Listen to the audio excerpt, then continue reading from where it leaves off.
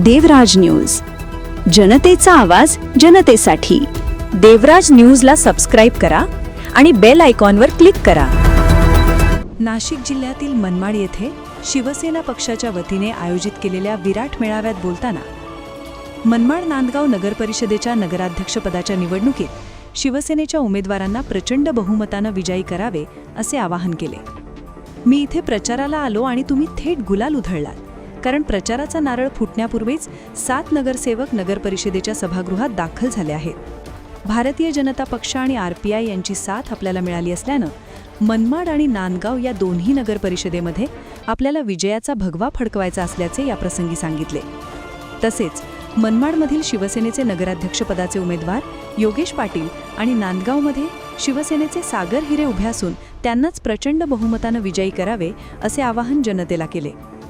सुहास अण्णांनी मनमाड नांदगावचा विकास केला आहे। शहराचा पाणी प्रश्न त्यांनी जवळपास संपुष्टात आणला आहे। शहरात भव्य अशी शिवसृष्टी उभारली आहे। आता त्यांना भीमसृष्टी उभारायची आहे, त्यासाठी नक्की निधी देऊ। तसेच मनमाड ट्रॅफिक मुक्त करण्यासाठी इथे उड्डाणपुलाची मागणी त्यांनी केली असून त्याला देखील नक्की निधी देऊ असे यावेळी स्पष्ट केले। तसेच शहरातील ईदगाहचा प्रश्न लवकरच मार्गी लावू असे सांगून नागरिकांना आश्वस्त केले। पंतप्रधान नरेंद्र मोदीजी यांच्या 75व्या वाढदिवसानिमित्त सुरू करण्यात आलेल्या नमो उद्यान योजनेअंतर्गत प्रत्येक नगर परिषदेला उद्यान निर्मितीसाठी 1 कोटी देण्याचे निश्चित करण्यात आले होते।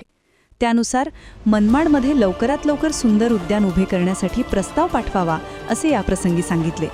तसेच जे बिनविरोध जिंकले त्यांचे जाहीर अभिनंदन केले। यावेळी शालेय शिक्षण मंत्री दादाजी भुसे, आमदार सुहास कांदे, त्यांच्या पत्नी सौ अंजुम कांदे आणि शिवसेना, भाजपा आणि RPIचे सर्व स्थानिक पदाधिकारी आणि कार्यकर्ते मोठ्या संख्येने उपस्थित होते। टीम देवराज न्यूज।